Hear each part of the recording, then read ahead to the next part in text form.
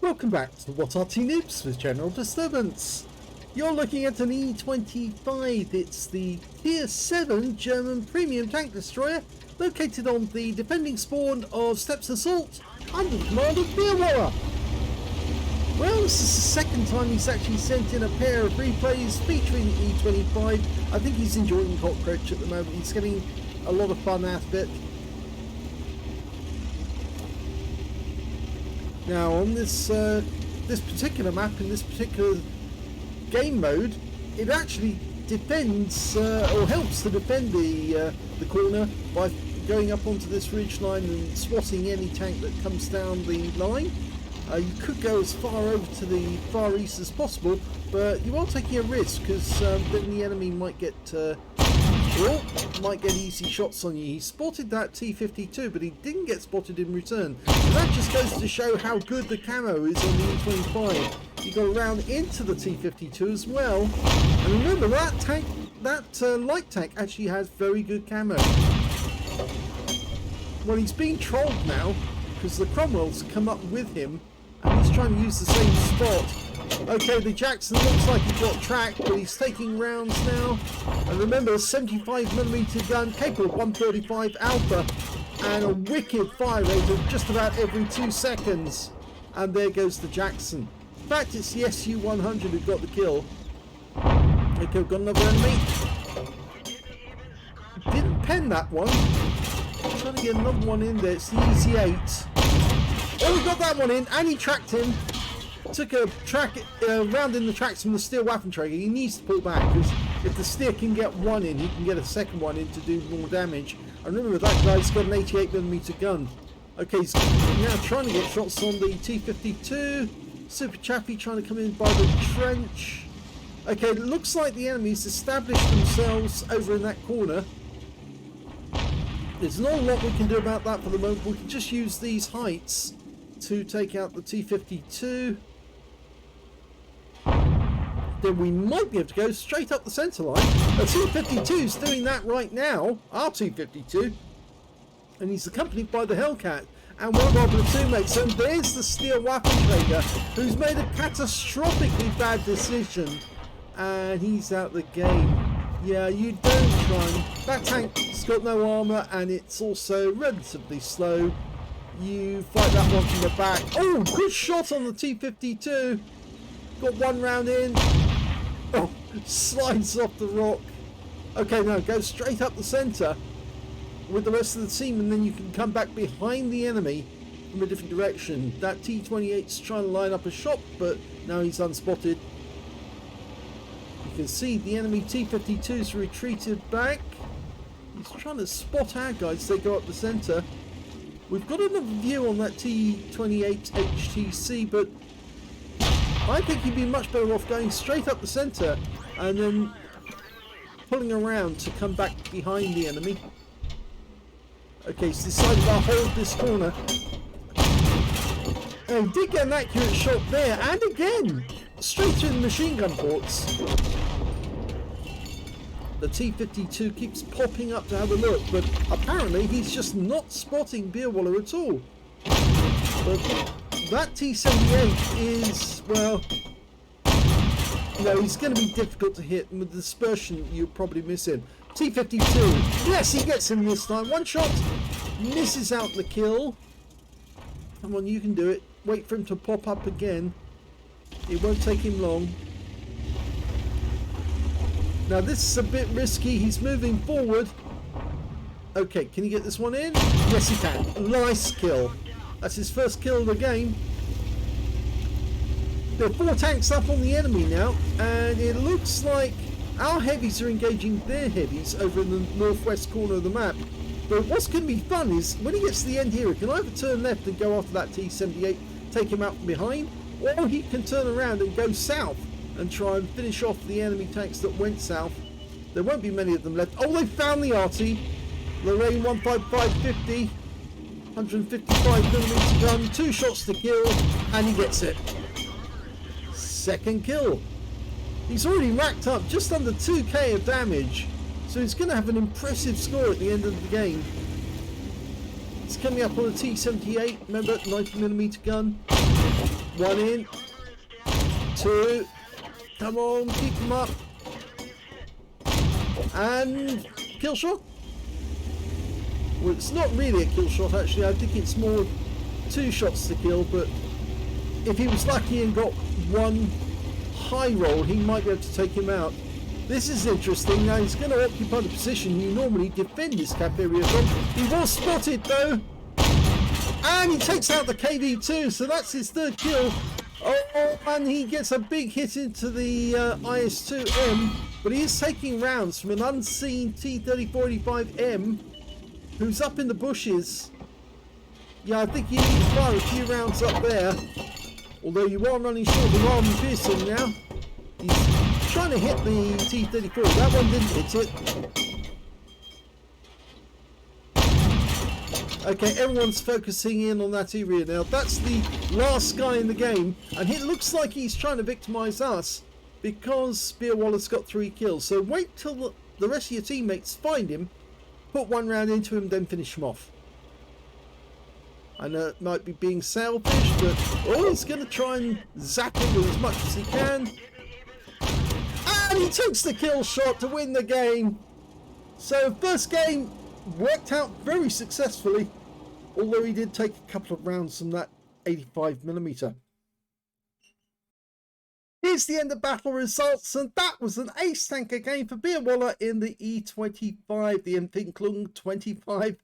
He managed to get a bruiser medal for getting at least 5 critical hits. In fact, he managed to get 13. A duelist for taking down 2 tanks who damaged him. A fighter badge for getting at least 4 kills. He ended up with 4 exactly. And he got a 5 for effect for doing more damage than the hit points with his own vehicle.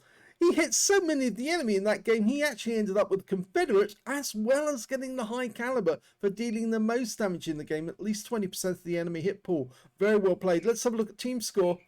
Well, there you go, right at the top of the table with 2,912 hit points. The next highest scorer actually was the AMX-12 Titan on his team with 1,564, followed by the IS-2M in the end with 1,554.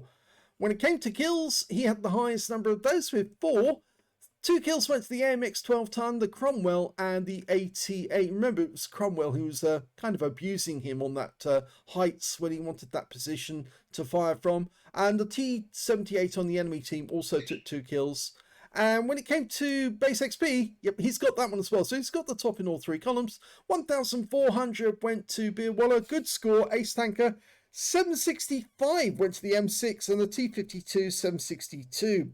Just goes to show how far ahead he was of the others, that his base XP was nearly double the amount that they had. Well, not quite double, but still very, very strong result. Let's have a look at detail. 49 shots fired. That 75mm gun with a very fast fire rate is very effective at pumping out the damage. 28 hits and 23 penetrations, so he didn't actually get as many shots on target, but then I think some of his shots were actually trying to hit that T-52 and the guy kept ducking into cover, so that's where the shells just kept on going missing. 2,912 hit points in total, of which 2,256 were at more than 300 meters, so you can see it's a long range game. He was playing it as a traditional tank destroyer, although the Cockroach tends to play up close and personal with some enemy tanks. 4 hits received, 3 penetrations. Yeah, 85mm guns hit him twice, and obviously that didn't help, but there again he did end up getting a lot of damage on the enemy. 1 non-penetration as well, which is surprising. Yes, either hit the tracks or they hit the mantlets. 2 enemy vehicles spotted, 10 enemy vehicles damaged, 4 killed, 1,278 hit points of spotting assist. He earned 54,445 credits from the game, 24,500 from battle payments, 106,168 credits altogether, and after repair, ammunition, resupply and consumables took away 34,852 credits profit. 1,400 XP, 420 for this being a premium vehicle, took away 2,520 experience points altogether. So the first game is a resounding success with a nice handful of medals. Let's have a look at the armor and modules again, just to make sure that you remember what it's like. It's very, very thin armor all the way around, really. The only strong arms at the front, 50mm on the front plate and the lower plates, which with that nice angling on the lower plate means that you don't want to aim for the lower plate of one of these, because more than likely you're going to have difficulty trying to get through. But the upper plate you more than likely will pen, because it's not so heavily angled. We can see the top of the tank looking down from the top is 20mm thick, so Arty will pen. The sides of the vehicle are a little less, 30mm, coming out with a slight angling of about 35, 34, that sort of region, and 30mm at the rear, slab-sided kind of, and the same on the other side. So let's have a quick look at the live view. Any weak spots? Yes, of course. The component is a weak spot. The upper plate's a weak spot.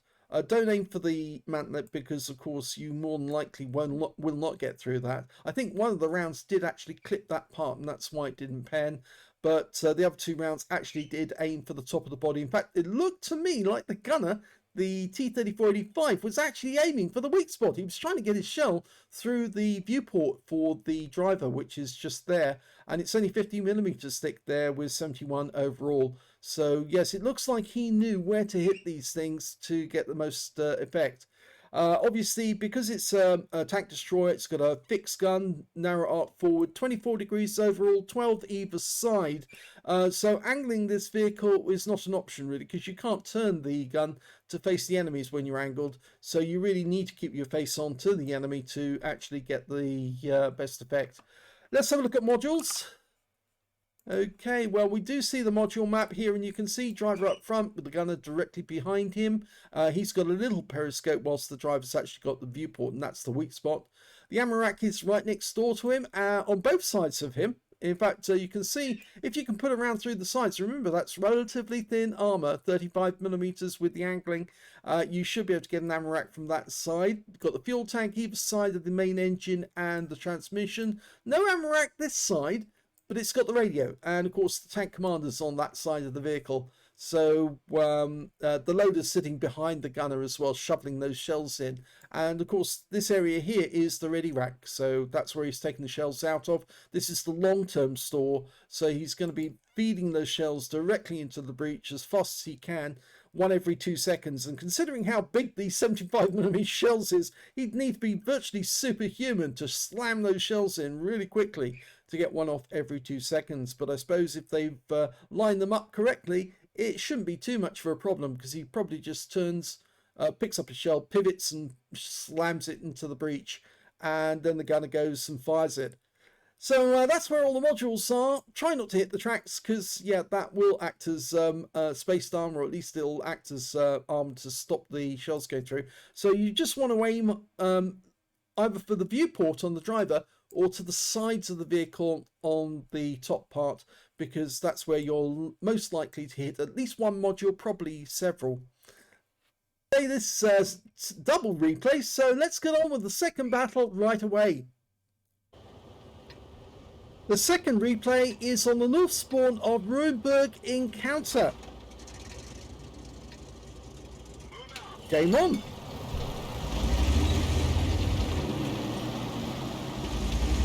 Well, it looks like he's going to try and put that second mark of excellence. He's got good effect in this game. Let's see what he can do from the centre. It is actually the best place to play with this gun, because you can rapidly put those rounds out as the enemy tanks try to make their way towards the cap. I was just hoping there that his teammate in the, I think it was the M4A1 FL10, either that or it's the EZ8, kind of got in the way, and I hope he didn't take it badly. Okay, we've got a couple of enemy tanks. Tried a quick shot. Oh, he got one! And another! And he got a high roll on the second one. Remember, it's 135 alpha. Standard penetration is 150mm. Tier 8 game with tier 6 tanks in it, so he's middle tier. Good chance to earn XP. 10% extra for every heavy tank he hits, or tier 8 tanks he hit.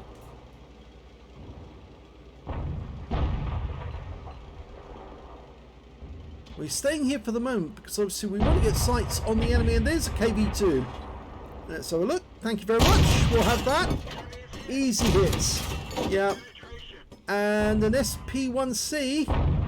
Let's see, 52, Object 252U did come back for a second, but I think it's the SP1C. He might be able to get a shot on. Yep, he does. Oh, he ducks back in. He doesn't have much in the way of hit points left, that SP1C. Oh, Object 252 was backing up again. And the KV2 obviously is hard of learning, because now he's been tracked, he's on fire, and there you go, he's got the kill. Mind you, he was a tier 6, so he's not going to get extra XP for that one, but at least he's got his first kill of the game. And he is the first one to get a kill for his team. Let's hope that VK doesn't get in the way. Could be kind of awkward. There's a ding-dong battle going on just around the other side of the rubble. So it looks like the enemy has got quite a lot of enemy tanks down the far end of the road. Oh, lovely easy one into the VK. What a silly mistake to make. He made the same mistake as the KV2. In fact, he should have gone behind the KV2 to use that wreck as cover.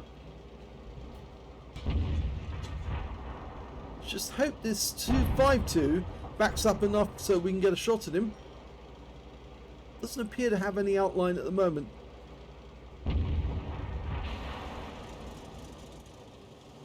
Get 60 rounds of ammunition with the E25, which, as you know, was supposed to be a replacement for the Hetzer.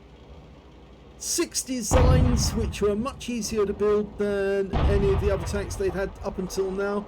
And it was basically to try and standardise the design, so they'll be using the same parts for different tanks. Oh! Now the SU-152 did pop up for a moment, and we're leaving that spot now to be occupied. I think it was what's going on here. We're leaving that spot for the Scorpion, and we're abandoning it because we're getting trolled now by VK3002D, who doesn't appear to realise that he's supposed to be playing as a team member, not as a troll. Yeah, look at this. Troll behaviour. Typical. Not good. And the SU-152 comes into sight. Now you aim to the right of the gun, that's it. And a nice shot in, yep. Yeah, it's just to the right of the gun. That's where the weak spot is.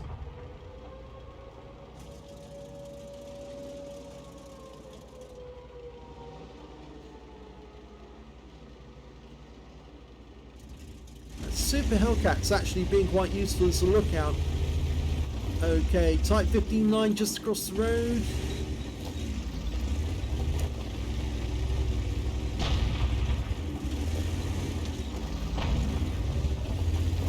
He's ignoring the troll, which is a good idea, because those trolls, if you just try and do it again, they'll just cause you no end of trouble. Blind shooting. Now somebody is down there. I just don't think we can see them at the moment. SU-152, yes, he is there. Take it over to the left-hand side of the road. Oh no, he's going to be a sneaky guy.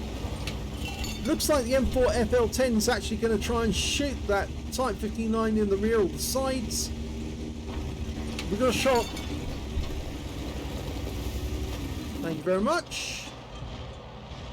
No, we haven't got a shot. He's actually behind a building. And we were being fired on from the corner. Somebody's over in the corner. Saw us. In fact, we found another one. Well, at least somebody in the village has found someone. And we just spotted a T-25 too. He's over up right near the southeast corner of the map. And we just lost the M4 FL10. So we really need to keep our eyes on this guy so we can get some shots in. Oh, we've got my KB trying to come towards us. Thank you, we'll have the T-25 too as well. Watch out for that gun though. He's doing the right thing, getting out of cover. Oh, lovely! Bounced around into the tracks. Okay, what have we got this side? We've got the Hellcat. He can't see us, we can see him. Oh, no, he can see us. Either that or he's blind firing.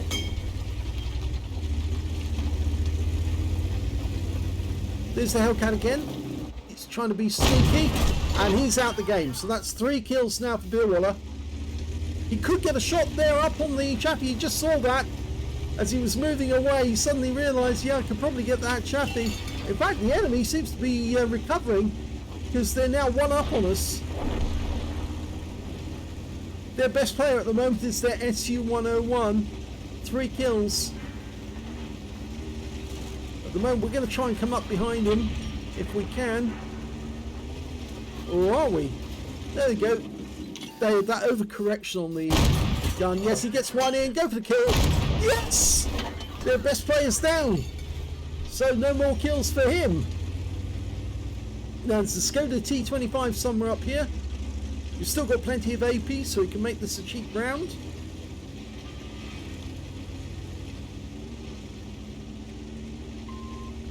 Got an Excalibur and a Scorpion still alive.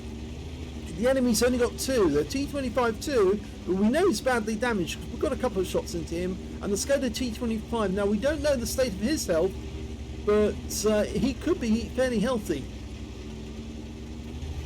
I mean, I could press the Alt key and find out straight away, because I think Wargaming gave us back that capability. Not showing at the moment, no. Used to be you had that permanently in the past, so you knew exactly what the state of health was of all tanks, including the enemy ones. But they took away the ability to see the health of the enemy tanks if they were unspotted. Just left your own tanks. It looks like he's headed south. And he switched to the APCR to make certain of his shots. He's going to be coming up against the T25-2 very shortly. There's the Skoda. He's got him. Nice! And he didn't get the kill though, so he ducks into cover to avoid the T25-2, who should still be over there in the corner. Oh, he's actually moved, but he's bounced 2 rounds off us already. And he's got the 90mm, of course. 240 Alpha. Okay, we can... Oh, no. Don't hinder the Excalibur. Just let him go. Let him move forward. He can wound the guy and spot him for us, and we can then get in there and get the kill. 4 kills, make it 5. Here we go. Locked on. And a kill shot. Yes! Wins the game.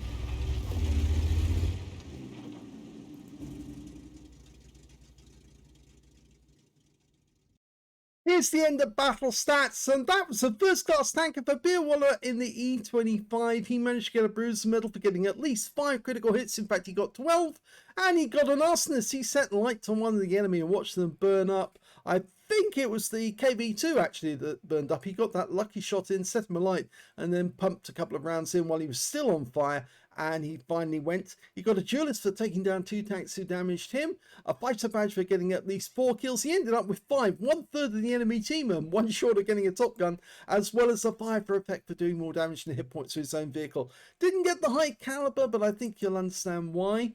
Yeah, when it came to the high damage, it was actually that SU-101, the one he killed the good guy on their team, the enemy team. He got 3,663 and 3 kills. Yeah, he was quite dangerous to our guys. He was finishing off our tanks in the village. So he came tops on damage, but and he picked up the high caliber. Whereas Beerwalla managed to get 3,131, so he wasn't too far behind, but he was in 2nd place. And the 3rd highest damage in the game went to that T25-2, the last tank to be killed by Beerwalla. He got 1,942.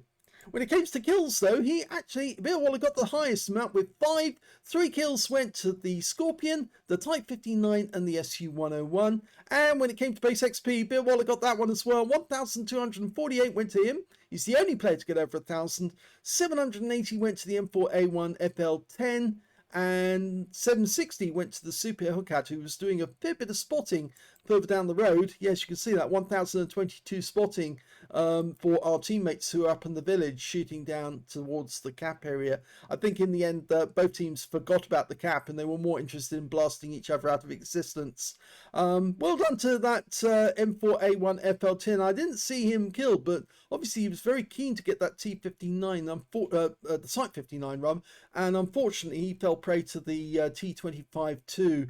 But you can say Beerwalla did make the right decision to try and chase after both the SU-101 and, of course, then the Skoda, because they were actually taking out quite a few of our team and making life very, very difficult. In fact, the SU-101 got 3 kills. The Type 59 got 3. Well, he is tier 8. The Skoda didn't get any kills, but he was helping his teammates and running around the rear of our team. Yes, so reasonably good game actually, and of course he did come up over 1,000 base XP. Didn't get the ace tanker. It's just slightly short on what you'd expect, but it was a first class at the very least. And yes, it was a fun game to play. The one thing I would say at the end though is when you've got that Excalibur running ahead of you, just let him run ahead. He'll find the enemy, and once you've found the enemy, you can kill it because you've got the DPM to actually take him down very quickly and then get the kill. But in the end, you did find him first and were able to sort him out and win the game. Let's have a look at detail. 29 shots fired in this one, 23 direct hits and 23 penetrations. Damage of 3,131, of which 1,640 were at more than 300 meters. Most of those were the shots he was firing into town, and they were very useful shots. 3 hits received, 1 penetration, 2 non-penetrations, 240 of hit points blocked by armor. He did take a hit from that Hellcat, which was kind of a nuisance. 1 enemy vehicle spotted, 9 enemy vehicles damaged, 5 killed, 357 hit points of spotting assist. He earned 50,561 credits from the game, but after repair, ammunition, resupply, and consumables, and yes, he did switch over to the premium rounds right at the end, and that cost him actually that and the consumables, and so he only ended up with a small loss of 148 credits. If he'd switched back to standard rounds when he was dealing with the Skoda, he would have been able to finish that guy off because he's got very thin armor. And the same with the T25 too. He really didn't need to switch to the premium rounds, but I think he felt that he needed to be certain that every round hit the target and did damage. 1,248 XP, 374 for this being a premium vehicle, took away 2,246 experience points altogether. So fun games in the E25. The Cockroach is it's a difficult tank destroyer to handle because it overcorrects too well. It traverses very quickly, but it can over-traverse sometimes, and it happened to him a couple of times. Once when he was going after the SU-101 because he had to correct back, and the second time with the T25 too because he turned to face it and then overcorrected and had to correct it back again.